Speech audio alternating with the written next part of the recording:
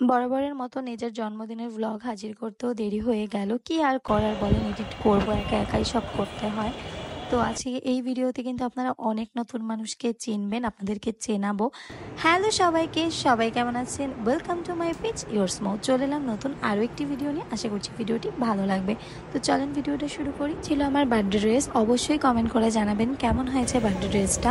আর আমি হেয়ার স্টাইলের জন্য চলে গিয়েছিলাম বিউটি ক্যাসেল পার্লারে, যেটা কিনা বাসনওয়ালার ঠিক উপরে অবস্থিত। তো এই যে আমি পার্লারে যাচ্ছি, মেকওভারটা আমি বরাবরই নিজেই করতে বেশি পছন্দ করি, তো হেয়ার স্টাইলের জন্যই চলে যাওয়া। আমি আর মা চলে গিয়েছিলাম, মা বসেছিল, আমি হেয়ার স্টাইলটা করছিলাম, কারণ মা না বলে দিলে আমি কিছুই করতে পারি না। এই যে আমার হেয়ার স্টাইলটা চলছে, আর আমি এবার একটু কার্ল করারই চেষ্টা করেছি, কারণ আমার হেয়ারটা বরাবরের মতনই খুবই স্ট্রেট। বাড়িতেও চলে এলাম, আর দেখেন এরকম লাগছে সামনে থেকে। এবার আমার নিজের মেকওভারটা করে ফেলার পালা। তো চলেন মেকআপটা করে ফেলি।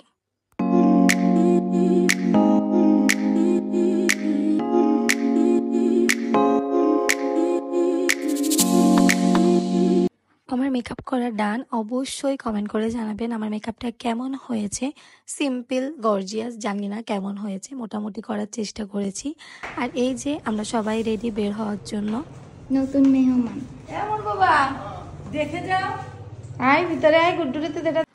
এরপরে আমাদের গাড়িও চলে আসে। আর হ্যাঁ, বাবা এখানে বাবুকে নিয়ে গান করছিল গুড্ডুকে কোলে নিয়ে, তো এই জন্য আমি মিউট করে দিয়েছি। আর আমরা গাড়িতে উঠে পড়ি চলে যাওয়ার জন্য। তো চলেন হোটেলে গিয়ে একবারে দেখা করছি।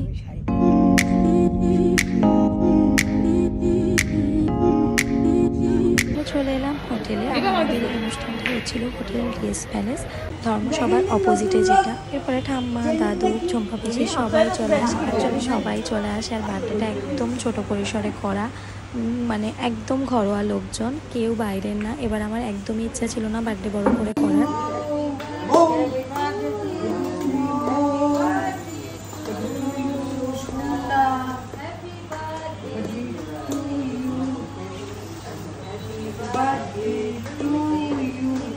এরপরে আমরা কেক কাট করে নিলাম। কেক কাট করার পর আমি সবাইকে একটু খাইয়ে দিচ্ছি, সবাই আমাকে খাইয়ে দিচ্ছে, যেটা হয়। আর হ্যাঁ, এর মধ্যে আমার আশীর্বাদেরও একটা অনুষ্ঠান হয়েছে, যেই ভিডিওটা আমার ইচ্ছে আমি আলাদা করে ছাড়বো। এই ভিডিওটার পরে আপনারা পেজে সেই ভিডিওটি দেখতে পাবেন, অবশ্যই কিন্তু দেখবেন। আর আমি বললাম না, আমাদের বাসার খুব কাছের যারা, তাদের নিয়েই জন্মদিনটা করা, যেমন আমার ঠাকুমা, দিদিমা, দিদি, বাইরের কাউকেই বলা না, কারণ বড় হয়ে গেলে জন্মদিন বড় করে করতে কেন জানি ভালো লাগে না। আর আমার ইচ্ছা আমি আমার ফ্রেন্ডদের নিয়ে আলাদা একদিন একটা ভিজিট করে ওদেরকে খাইয়ে দিব, ট্রিট দিব ওদেরকে। তো এই জন্য এইভাবে ফ্যামিলিয়ালভাবে অনুষ্ঠানটা করা। ছোটবেলায় আমি জন্মদিন বড় করে করার জন্য বায়না করতাম, রাগারাগি করতাম, আর এখন মা বাবা ফ্যামিলির লোকজন রাগারাগি করে জন্মদিন কেন বড় করে করি না। সময় পরিবর্তনশীল। আর হ্যাঁ, এখানে আমি নিজেকেই দেখছিলাম, কারণ এখানে একটা জিনিস আমি গিফট পেয়েছি, যেটা আপনারা আশীর্বাদের ভিডিও দেখলে বুঝবেন।